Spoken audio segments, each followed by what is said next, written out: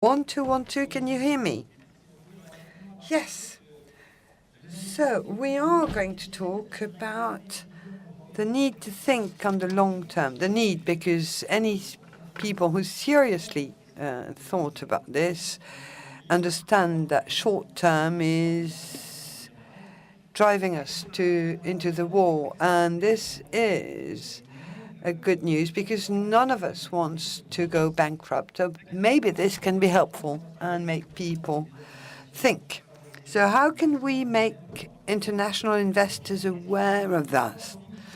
To answer this question, three people have international influence, and their personal success was achieved with an understanding of general interest and an interest in improving the well-being of all society. Good evening, Ariane de Rothschild. You're CEO of you're president of the executive committee of the Edmond de Rothschild group. We know that finance is not an altruistic industry, but here, Jean-Luc, you've set up and you chair many foundations. You're still chairing the ASMED Foundation, and you are interested in life in the city. And Shiv, Khemka, you are CEO of the Sun Investment Fund, but Shiv spends 50% of his time trying to promote a new generation of ethical leaders. Who are these? This is not a small organization. He's trained 3 million young people. His objective is to be training 100 million young people in the next 2 years. So that's quite a big endeavor. He will tell us all about this. But first, to start with this debate, the first question in the very title of this round table: how do we introduce this concept of long-term vision in an environment in which people are looking for short-term gains? Ariane de Rothschild, over to you. Well, I'll answer with a joke. You have to resist, because you have to resist market pressures on the short term. I also think it has to do with the ethics and sustainability of a company. Sustainability, it's what we say when we say play by the rules, to, comply with the law. Sounds basic, but that's crucial. The second thing is corporate governance. A good corporate governance is essential. And the third thing is about the right balance between the different stakeholders: shareholders, employees, consumers, clients. And you need to strike the right balance between these stakeholders. Then I'd say promote long-term ethics as a culture. So you talk about ethics and long-term, and for you they go hand in hand. Yes, they are a must-have. A non-ethical company will not survive. I'm coming back to playing by the rules. I mean, global regulations, international regulations are very pregnant, we heard about the OECD. International standards are very clear, very strict, and not abiding by the rules would jeopardize the future prospects of a company. Jean-Luc Alavena, same question to you. How can you encourage long-term vision in our system? Well, I believe that you have to be pragmatic. Funds like ours are under constant pressure, and I don't think this will change.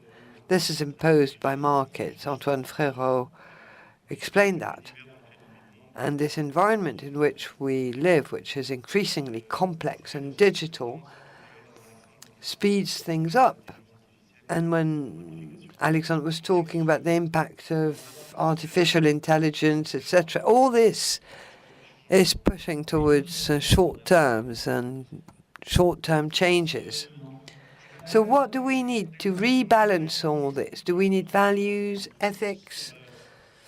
Well, I think values and ethics need to exist. And there is a lot of progress here because in most industries, and probably mine, which is the most vilified, because very often we heard people say that funds, investments funds, are only thinking about the short term, which is totally false. In private equity, you have the word private. And in all funds that raise capital on the market, you have $1,000 billion available in the world. Apollo manages $200 billion. There are many other funds in the same category. And those funds are available over a 10 years period. So that's long term. But the combination between these players and industrial groups is virtuous. Family business, obviously. Ariane is a perfect example. And you can think about your strategy differently when you're a family business and you have the long term for you. And in many industrial groups, there was this deep thought which allowed avoiding marketing, which existed in some company that sort of showcased good corporate governance and social commitment. But some organizations are genuinely committed. When you say genuinely, it means that some of them were not actively involved. Yes, absolutely. Some were not. It was a facade, and others were. And you've heard managers of large French corporations who showed how you can build a genuine long-term strategy. So for you, education is long-term, and your idea was to say we need ethical leaders for the future. So your pitch is 1,000 Gandhis, trying to find 1,000 Gandhis throughout the world today. Is it difficult to promote this long-term vision in decision makers? Can you implement these programs? I do apologize. I'll speak English because my French is not good enough.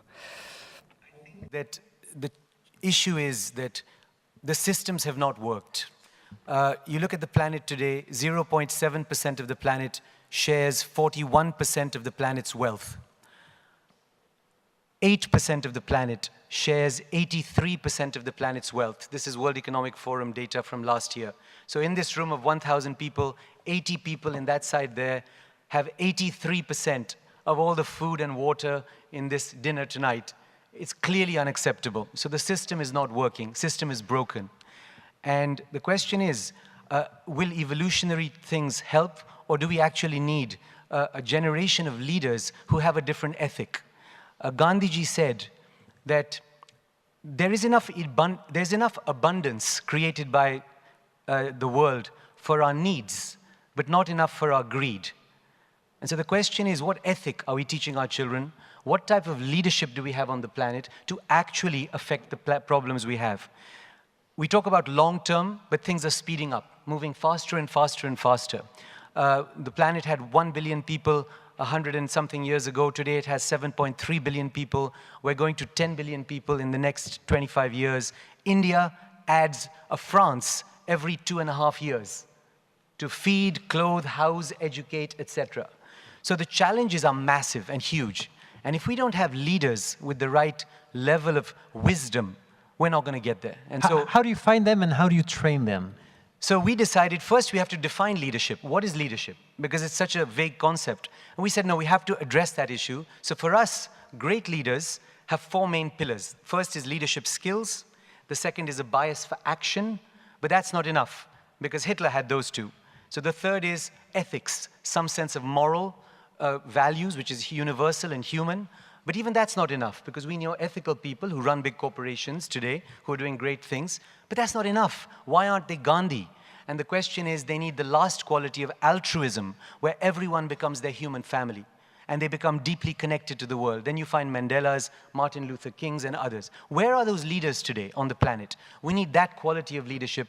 We look for them. We created a curriculum at schools, 10 years ago, we now reached 3 million kids. Our target is 100 million kids and maybe more as soon as possible. We're working in 14 countries around the world. And from that swimming pool of our curriculum, we look for young children who exhibit leadership with ethics, altruism, and a bias for action that we can help curate into positions of leadership. Un dernier mot là-dessus, parce que vous me disiez tout à l'heure, quand je vous demandais... One last word. When I asked you how many Gandhis you'd found, of course it's difficult because it's all started a few years, 10 years ago, but you've managed to push 350 of them in major universities. And you were telling me sometimes we've not managed to help them come through and they adopt the thinking model of these universities. We tell them, we try to detoxify them from the university system where the highest objective is to join a bank or private equity fund. We say if Gandhi had become the chairman of JP Morgan, well, we would have lost a great leader. So aspire higher, aspire to be a servant leader for the planet, aspire to really change the planet and do that. So we hope we'll succeed, but we'll know in 25 years. We take a long-term vision to what we're doing. It's like growing trees, and we ask for God's and all your help in finding these leaders and helping curate this leadership on the planet. Voilà, et on peut vous annoncer qu'il va y avoir... Thank you. Qu'il va y avoir une tentative de développement de ce programme. There will be an attempt to develop this initiative in French-speaking countries. Ariane, you wanted to react to that? Yeah, I wanted to make a comment because we've been funding many students' grants, especially in Israel, in masters and PhDs. And I was quite dissatisfied with the outcome because I think they were not giving back to society.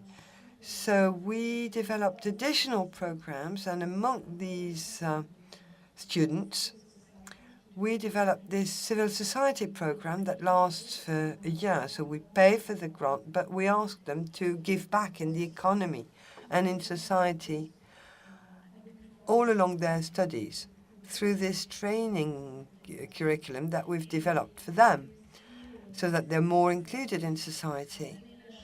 And that gives them an opportunity to be outstanding students, the best possible students, but we also ask them to give back to society.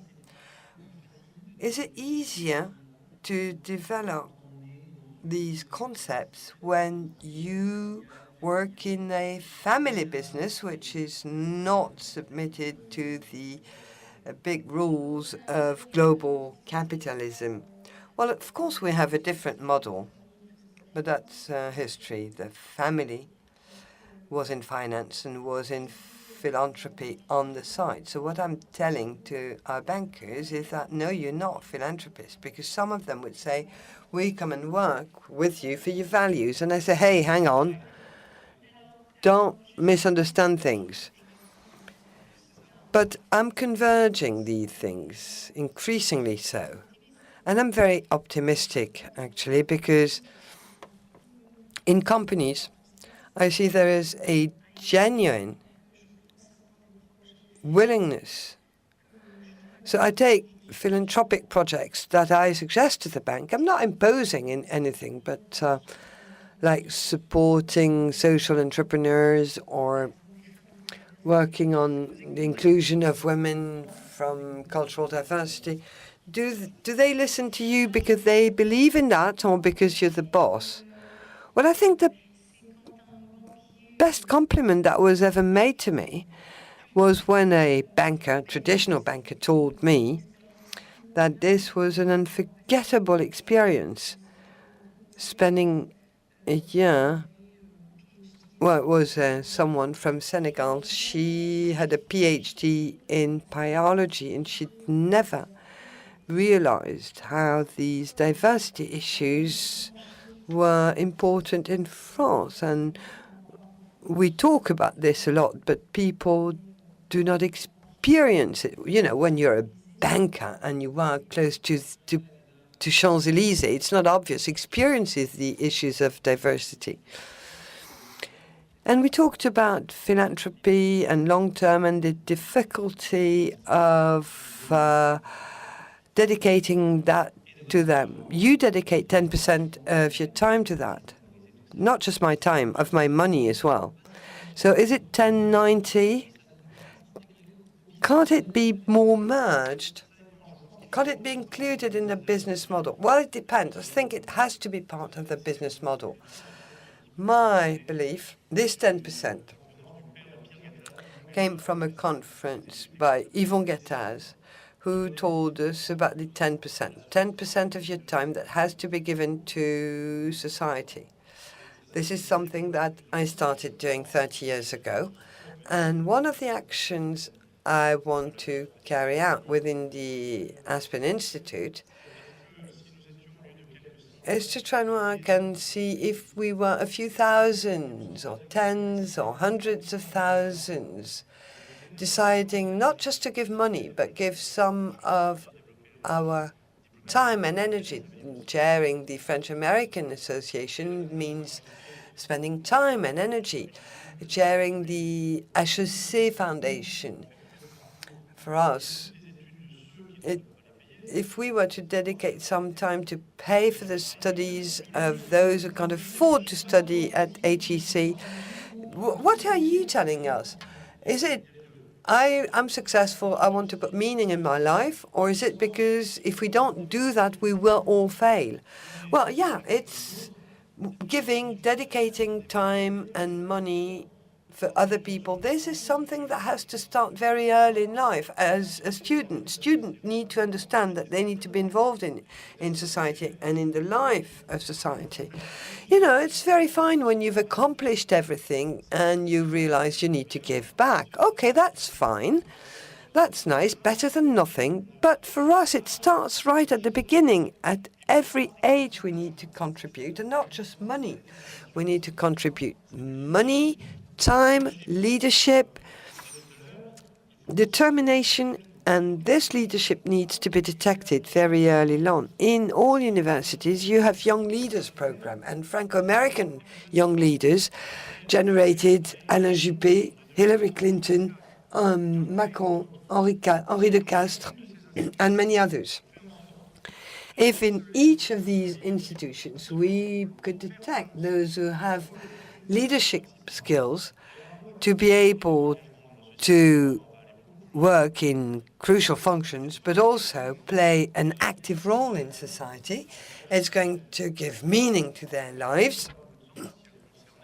I'm speaking for myself because my life would not be very meaningful if I was just working for me. So this is what I call being selfish at the service of others.